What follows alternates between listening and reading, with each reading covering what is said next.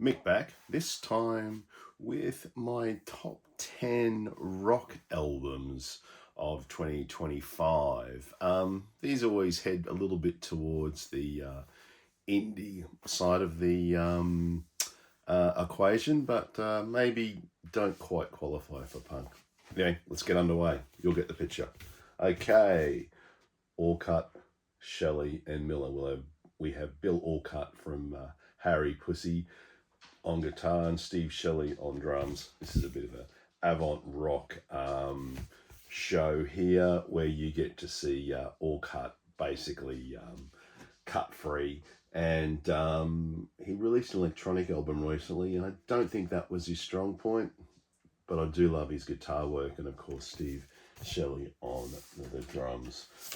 This one came in well, that colour, green swirl, I guess. Green marble. Anyway, and comes with a custom label, which I absolutely love. Great album, and on Silver Current Records. Okay. Next up on the classic In the Red label, we have Lavender Flu with Tracing the Sand by the Pool.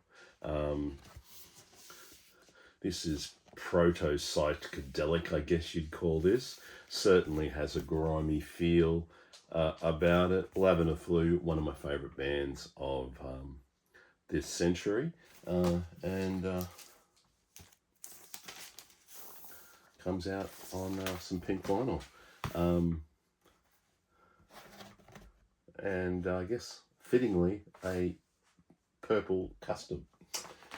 Okay, next up, Added Dimensions in Jane from Occupied Europe on the Domestic Departure label. If you love the swell maps, you'll love this, and obviously you can tell by the name it's a heavily influenced post-punk take. Credible indie, and once again you have your custom label. Okay, next up on the hit list we have Cuneiform Tabs, and this one is released on W25th Superior Viaduct. Once again, more post-punk from the Cuneiform Tabs. Weird, but not too out.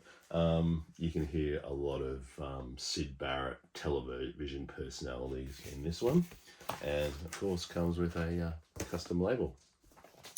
Okay, up next we have on the Riot Season label the Brain Bombs from Sweden. I can't get enough of these lads. They are noise rock of the finest order. On the Riot Season label there. This came out late in 2025, and I needed to have a really good listen to make sure it would make my list. But these guys have been going since last century. Hard to say no to any of them. They also released a 7-inch as well, which I grabbed. And I do like the fact, as you know, there we go, some custom labels. Okay. Getting down to the business end here, and this one's by Mogwai, The Bad Fire. Look, this is some sort of post-shoegaze wonderland, and I actually really had to think, which is better, this or the Best Nard Lakes in the shoegaze genre this year, and this absolutely killed it. Look, this is the fancy box set version. It wasn't like that for me. The key driver there wasn't too much of a difference in the cost. I'll just quickly open it up. You get a CD version, but you also obviously get the vinyl with the 8-track demos. And for what it's worth, those 8-track demos are probably equally as good as some of the album cuts. Comes with the CD and a poster and all the usual stuff. But ultimately, a great shoegaze album. And Mogwai, I mean, is there a reason why you wouldn't sort of buy everything? Maybe there's one or two things that aren't so good, but certainly a great band over a long period of time. Okay, next up, Geese. These guys are new to me. So seeing it on various reviews of in various mags, saw things, okay, I'll give that a listen. This is fantastic. The album's called Getting Killed. Really difficult situation with the hype sticker, which I really want to keep on there. So anyway, that's where it sticks for now.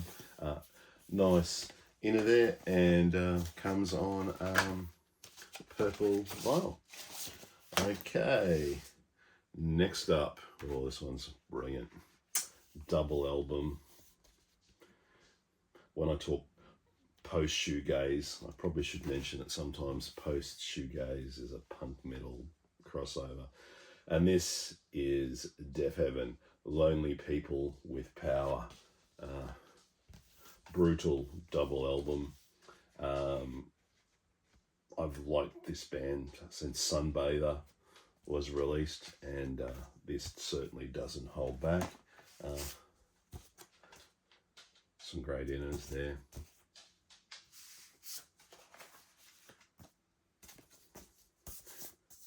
Some advice. Songs include songs like Heathen, Body Behaviour, Winona, I wonder who that's about. And on the swirl clear blue vinyl. Love the effort when people make that for their releases. Okay, and then we have, next up we have These New Puritans.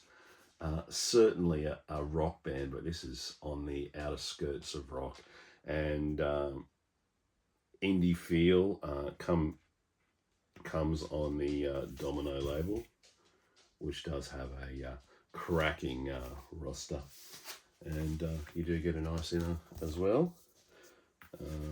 Okay, well, that leads us to our number one of the year, and time to announce potentially the last Swans album ever. It comes as a trifold in all the Swans' glory. Michael Gira has been leading this band around since the mid-80s. Check out the packaging, comes with a poster.